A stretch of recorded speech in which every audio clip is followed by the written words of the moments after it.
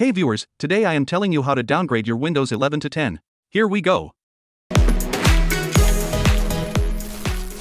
Now we will go to the Start menu here, then click on Settings. Here search for Go. Then here click on Go Back to Windows 10. Here you see Go Back. Click on Go Back. Getting things ready, it may takes few seconds. After this it will ask you why you want to go back to Windows 10.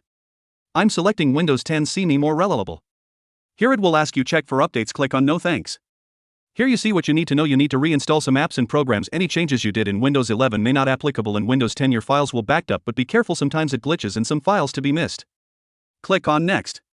If you used a password on Windows 10, you may remain without password, you won't able to sign in. Click on Next. Click on Go Back to Windows 10. Here you go back to your previous window. Here you see my PC is restarting. Within 5 minutes you'll get Windows 10 back.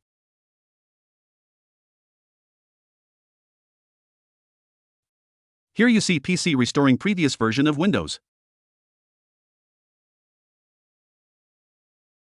See, I'll get my Windows 10 back with all my data.